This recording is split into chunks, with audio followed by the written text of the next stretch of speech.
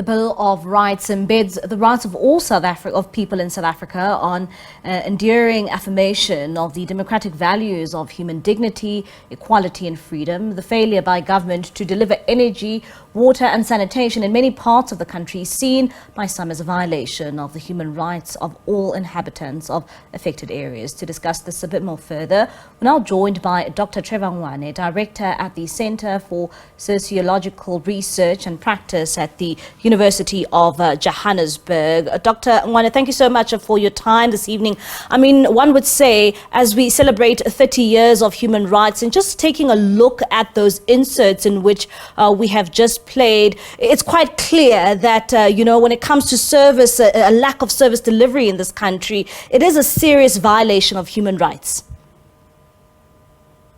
Thank you for having me, Mbali. Yes, of course, it is a serious violation of human rights, not having sanitation, not having clean water, sleeping in a shack, etc.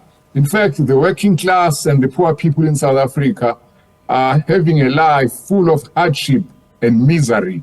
And it's a pity that, today is Human Rights Day, and we have to highlight these shortcomings by this government. And when we look at, some of these violations, I mean, it's quite clear. We've seen protests throughout many years in this country, be it water, electricity, sanitation, and housing. One would say, what does it say about the state of governance in this country? Well, there is no doubt that the ANC has failed miserably to roll back and redress past suffering of the masses. Remember, if we take water, electricity, under apartheid, people did not have adequate water with all the water reserved for white people. There are many black areas were called dark cities because there was no electricity. So people hope that with a black government, a non-racial government, they would have electricity. With electricity now, we have load shedding. And then we have also something we call energy racism. For example, in our research at UJ, we found that there's a special form of load shedding reserved for black working class areas called load reduction. So from that point of view, this government has miserably failed, to help the poor masses of South Africa. And staying with the fact that government has failed, would you say that it has really failed here, especially 30 years on? I mean, one would say that 30 years ago, you'd remember the promises it made to the people of this country, the access to basic services and those promises it made. Has it really dismally failed to deliver to all South Africans? Well, not completely. Remember, we've got government housing projects called RDP. But if you look at those projects, you'll find that they perpetuate apartheid geography. So you find that RDP houses are built in the black townships, the so-called locations where colonialism and apartheid put black people. Millions and millions still live in those areas. Also, RDP are even located even further away from economic nodes.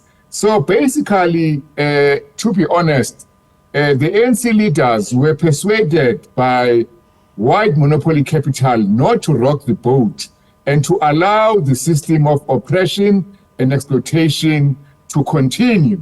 And in return, they were told top leaders of the ANC and the black elite would become millionaires and billionaires. In fact, in the ANC, I was in the ANC, there's a serious culture of self-enrichment, but this self-enrichment is happening at the expense of the black working class. It's not a mistake, it's part of the plan by white monopoly capital.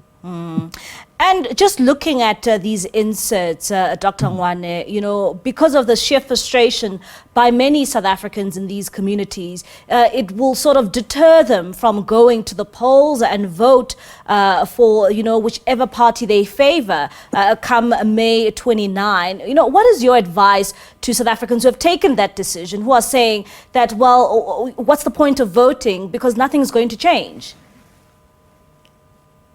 Yeah, this is a very, very serious matter because May 29 is around the corner. So I would advise those who care to listen that the solution is not to sit at home and not to vote. The solution going forward immediately is to kick the ANC out of power. Because, in soccer, if a soccer team does not do well, it's relegated, it's kicked out of the league to go and train. And then I've heard, Sisimbali, some argument that, look, if we kick the ANC out of power, there's no other party to vote for. Hey, there are so many other parties, EFF, AZAPO, PAC. And also, which is my most important point, if you fall out of love with someone, if you are in a toxic or abusive relationship, you don't say, let me wait until I found an alternative lover. You walk away to save your soul, to save your skin. So people must have the courage to make that decision. What needs to change in this country in order for the rights of all South Africans, to be recognized, and recognized through services, recognized through access to water, recognized through the access to housing and sanitation? What needs to change? I think I've already made that point, that what is happening is not a mistake. If the ANC is kicked out of power, the country, the masses will be liberating themselves from the self-centered and self-serving aspirant black bourgeoisie. But the biggest beneficiaries of the democratic order, with its abuse of the black working class, is white monopoly capital. They are using the ANC as a cover to continue with the old age oppression and exploitation of the black masses. So I think that the solution really is to get rid of the black capitalists, is to get rid and destroy the system of inequality, of exploitation, is to get rid of the capitalist system and replace it with a better system, what I can call socialism. All right, Dr. Ngwane, thank you so much for your time and for your insight. That is Dr. Trevor Ngwane, Director of the Center for Sociological Research and Practice at the University of Johannesburg, calling on South Africans, especially those who feel as if their human rights are not being recognized, to liberate themselves from all acts of abuse. And he's saying, and of course, this based on the issues around service delivery or a lack thereof of service delivery.